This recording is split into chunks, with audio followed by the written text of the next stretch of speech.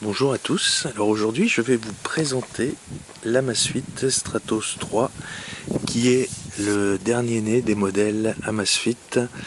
Alors on va voir un petit peu ce que cette montre GPS a sous le coude et surtout ce qu'elle propose par rapport à ses concurrents, notamment en termes de fonctionnalité. Et on va voir si elle est suffisamment précise, est-ce qu'elle fonctionne pour la course à pied, le vélo ou la natation. Et on la comparera notamment par rapport à d'autres modèles actuellement en vigueur comme la Fenix 5 de Garmin qu'on peut voir ici. Alors, en termes de prix déjà, actuellement vous trouverez cette Stratos qui est ici aux environs de 160 €. Sur les sites chinois, sites français je ne sais pas, mais on est aux alentours de 160 €. A noter que celle-ci, je l'ai eue sur AliExpress le 11 novembre lors des Single Days à 130 €. 130 €, pourquoi? Elle était de base passée de mémoire à 160 et il y avait eu pas mal de codes de réduction. De ce fait-là, on avait pu bénéficier de pas mal de remises dessus et elle revenait à 130 €. La Fenix 5 que vous pouvez voir ici, elle de base est plus aux alentours de 400 €. Si vous suivez un petit peu Deal Labs, vous aurez vu qu'elle était descendue à 160 € lors des soldes de ce début d'année et c'est le prix auquel je l'ai payé finalement, au lieu des 400-500 €. Donc on va voir un petit peu quelles sont les différences déjà entre les deux modèles que vous voyez ici, d'un côté la Stratos et de l'autre côté la Fenix 5 de chez Garmin. Donc en termes de taille, c'est plus ou moins la même chose. Par contre, on voit que la Stratos, alors je sais pas si on le voit, mais en tout cas elle est beaucoup plus légère et elle est moins mastoc entre guillemets que la Fenix. Elle est tellement légère qu'on dirait même un jouet. C'est vraiment assez incroyable. Par contre la finition est vraiment sympathique. Alors je sais pas si on le voit ici, mais on a des petits traits en pointillé et on retrouve le cadran de l'heure ici. Alors le cadran, généralement comme toutes les montres connectées à l'heure actuelle, vous pouvez très bien le changer, hein. Sur la boîte ici on voit qu'on a un autre type de cadran. Alors au niveau de la boîte, c'est vrai que je vais vous montrer brièvement parce que j'ai pas trop envie de m'attarder là-dessus. Je pense que vous ne courez pas avec la boîte, moi non plus, mais bon, si vous voulez voir de quoi il s'agit, on retrouve ici donc la boîte assez élégante, hein, il faut le dire, on dirait une boîte d'iPhone.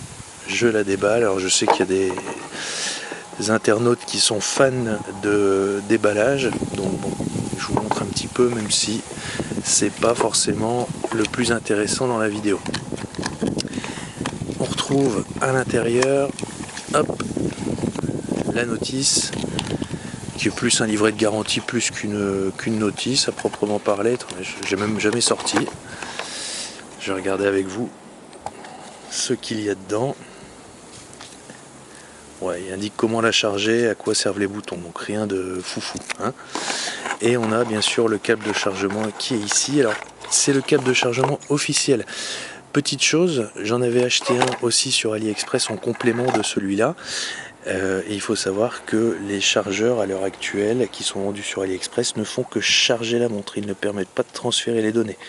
Je dis ça parce que je sais qu'il y en a certains qui aiment bien transférer leur parcours GPX notamment sur la montre ou sur l'ordinateur. Donc les câbles vendus sur AliExpress qui sont de l'ordre de 2-3 €, eux ne permettent que le chargement, pas le transfert de données.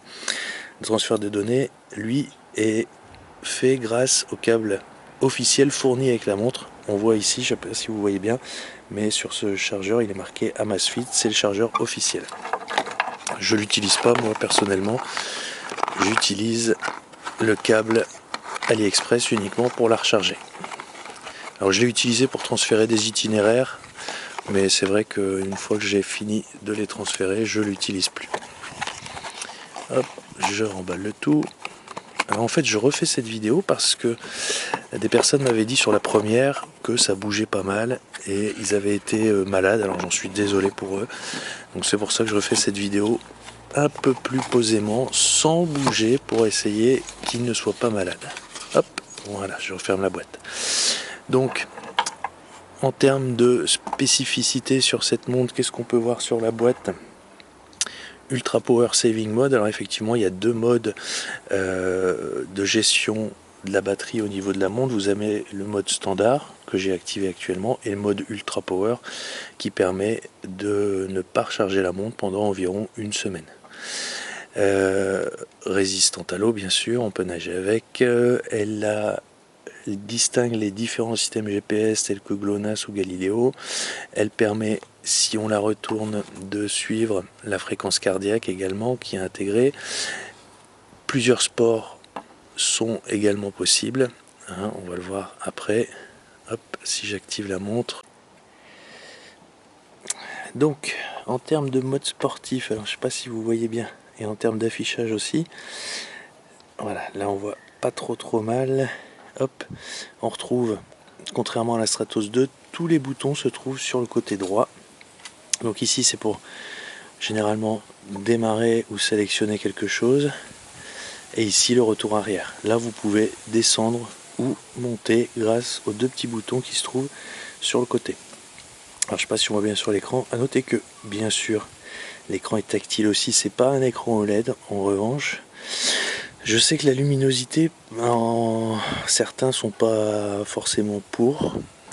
Si je reprends l'exemple de la Phoenix, sincèrement, voilà, j'ai absolument rien à reprocher à la Stratos. Au contraire.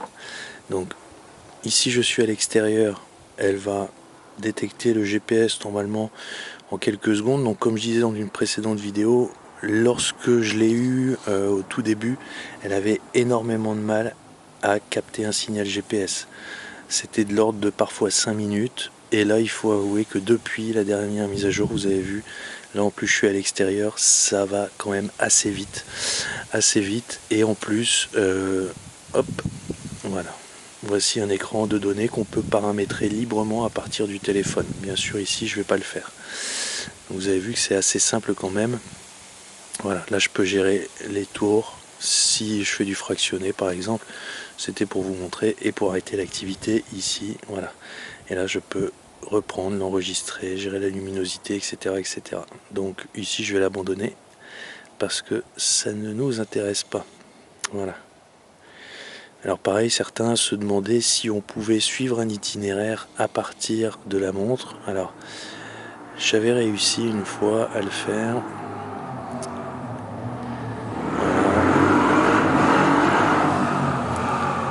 Hop, un itinéraire test que je peux ici utiliser. Hop, voilà. Et je reviens en arrière. Hop, go. C'est parti. Et normalement, je peux défiler ici. Donc on a plusieurs écrans, pareil, qu'on peut gérer à l'aide du téléphone. Je vous montrerai ça dans une prochaine vidéo. Et ici, vous avez, voilà, l'itinéraire que vous venez de sélectionner avant de démarrer l'activité, que vous pouvez constater ici. Donc la totalité, on peut zoomer, etc. Donc c'est quand même assez précis, assez fiable. Vous voyez, je suis parti ici de chez moi et on voit que l'itinéraire, voilà, ça fonctionne relativement bien. Hop, mince, je me suis trompé, évidemment. Hop, je vais arrêter. Voilà. Abandonner. Ça sert à rien que je l'enregistre. Et oui. Hop.